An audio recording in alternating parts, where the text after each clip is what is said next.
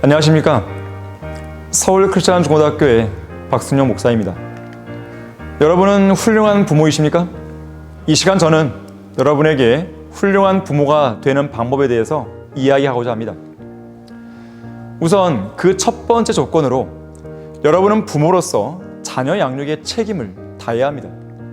에베소서 6장 4절에서는 너희 아비들아 너희 자녀들을 성나게 하지 말고 주의 교훈과 훈계로 양육하라고 말씀합니다. 이 구절에서는 자녀 양육에 관한 두 가지 지침을 주고 있는데 우선 자녀들을 성나게 하지 말아야 합니다. 왜냐하면 자녀들이 낙심할 수 있기 때문입니다. 그래서 골로새서 3장 21절에서는 아비들아 너희 자녀를 성나게 하지 말라. 이는 그들이 낙심하지 않게 하는 것이라고 말씀합니다. 언제 자녀들을 가장 성나게 하는가 하면 자녀 양육에 있어서 분명한 원칙이 없을 때입니다. 그렇다면 그러한 원칙은 어떻게 마련할 수 있습니까? 성경을 통해서 마련할 수 있습니다. 그래서 성경은 자녀 양육에 관한 두 번째 지침으로 주의 교훈과 훈계로 양육하라고 말씀합니다. 하나님의 말씀으로 양육하라는 뜻입니다. 물론 여기에는 반드시 징계와 책망이 뒤따릅니다. 적절한 징계와 책망이 없으면 자녀들을 죄악의 길로 나가게 하고 또한 자립심이 없는 아이로 만들 수 있습니다. 잠언 23장 13절에서는 아이로부터 징계를 거두지 말라. 뇌가 그를 매질할지라도 그가 죽지 아니하리라고 말씀합니다. 세상에는 자녀 양육과 관련해서 이런 말들이 회자되고 있습니다. 나이든 아이들의 응석을 받아주지 말라. 아이들에게는 말이 아니라 본이 필요하다. 어릴 때는 이성이 잠을 잔다. 작은 아이는 돼지이고 큰 아이는 늑대이다. 아이들은 엄마의 앞치마 자락을 밟다가 커서는 마음의 자락을 짓밟는다. 아이를 훈육하는 사람은 먼저 자기 자신을 훈육하라. 미국의 자동차 왕으로 불리는 헨리 포드는 자동차로 대성공을 거둔 후 말년에는 고향에다가 조그마한 집 한 채를 지어서 살았습니다. 주위 사람들은 대기업 총수가 살기에는 너무 작고 평범한 집 아니냐고 걱정하면서 헨리 포드에게 이렇게 말했습니다. 아무리 그래도 이건 너무 초라하지 않나요? 호화롭지는 않더라도 생활에는 불편함이 없어야 하지 않나요? 그러자 헨리 포드는 얼굴에 만면의 미소를 띠면서 이렇게 대답했습니다. 여러분, 가정은 건물이 아닙니다. 비록 작고 초라하더라도 예수 그리스도의 사랑이 넘친다면 그곳이야말로 가장 위대한 집이지요. 오늘날에도 디트로이트에 있는 헨리 포드 기념관에 가면 이런 글귀가 쓰여 있다고 합니다. 헨리 포드는 꿈을 꾸는 사람이었고 그의 아내는 기도하는 사람이었다. 헨리 포드의 성공 이면에는 꿈꾸는 사람과 기도하는 사람이 함께 이룬 아름다운 가정이 있었던 것입니다. 하지만 안타깝게도 그의 아들 에셀 포드는 아버지의 가르침과 방법을 온전히 따르지 않았습니다. 그는 헨리 포드의 유일한 아들이었는데 아버지처럼 검소하지 못했습니다. 그는 아버지와 다르게 어디를 가더라도 값비싼 옷을 입었고 최고급 호텔을 찾았으며 값싼 삼류 호텔에 묵게 되면 사람들이 나를 보면 어떻게 생각할까 하면서 두려워했습니다. 반드시 훌륭한 아버지 밑에 훌륭한 아들이 나오는 것이 아닙니다. 하지만 훌륭한 아버지 없이 훌륭한 아들이 만들어지지는 않습니다. 훌륭한 부모라고 해서 반드시 훌륭한 자녀를 길러내는 것은 아니지만 훌륭한 자녀가 성장한 배경에는 반드시 훌륭한 부모가 있었습니다.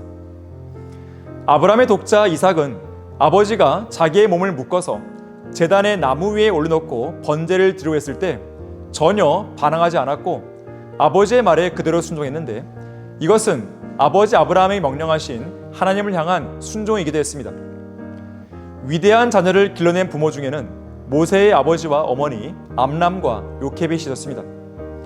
히브리서 11장 23절에서는 그들을 가리켜 왕의 명령을 두려워하지 않은 담대한 믿음의 부모라고 부르고 있습니다. 결국 모세의 어머니 요케벳은 파라오의 딸에게서 삭슬 받으며 자기 아들 모세를 양육할 수 있었습니다. 바울의 영적인 아들 디모데는 가식없는 믿음을 지닌 할머니 로이스와 어머니 유니케로부터 성경 말씀을 듣고 배우고 자랐으며 장성한 어른으로 성장해서는 사도 바울의 동역자로 귀한 사역을 담당했습니다. 디모데후서 3장 14절과 15절에서 바울은 디모데에게 이렇게 말했습니다. 또 어릴 때부터 뇌가 성경을 알았으니 그 성경은 너로 그리스도 예수 안에 있는 믿음으로 인하여 구원에 이르도록 지혜롭게 할 수 있느니라. 부모에게는 자녀 양육에 책임이 있습니다. 그것은 아버지와 어머니 모두의 몫입니다. 남편이 가정의 모든 주도권과 책임을 올바르게 가지고 행사해야 가정은 올바르고 굳건하게 세워집니다. 남편은 아내의 의견을 충분히 숙고하고 고려하되 반드시 크고 작은 모든 문제에 있어서 최종적인 결정을 내려야 하고 그 결정에 대한 모든 책임을 스스로 지되 그 짐을 비겁하게 아내에게 떠넘겨서는 안 됩니다.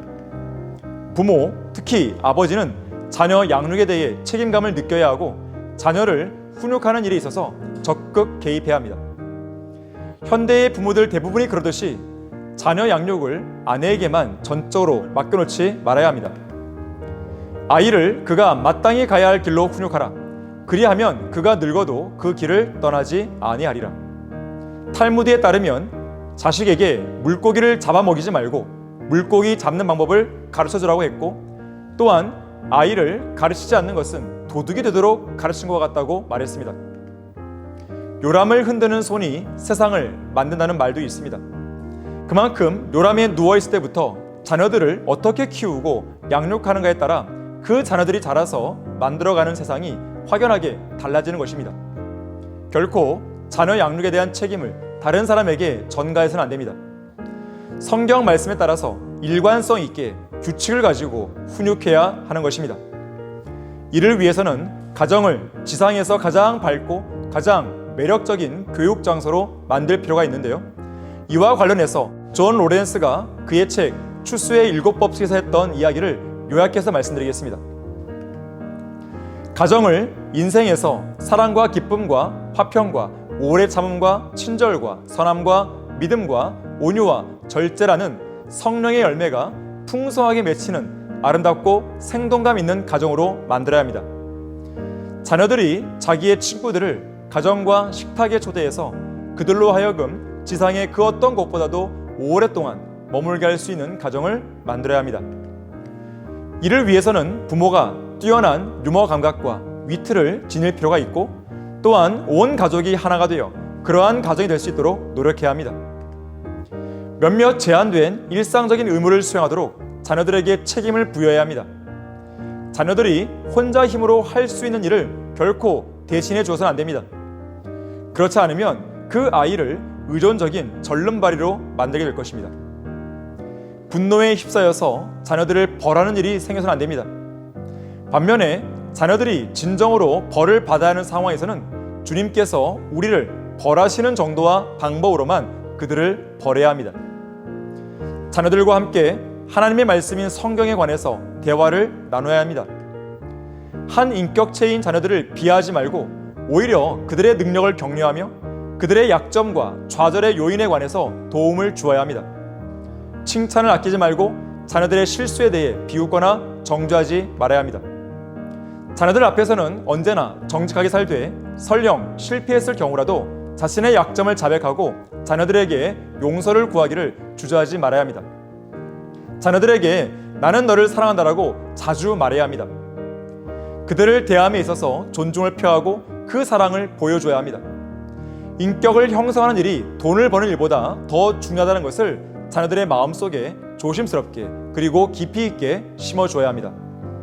기도에 힘쓰고 자신의 실수들을 주님 앞에서 정직하게 인정하되 회개하고 겸손한 마음으로 성취할 수 있는 것이 많이 있다는 것을 알려줘야 하는 것입니다.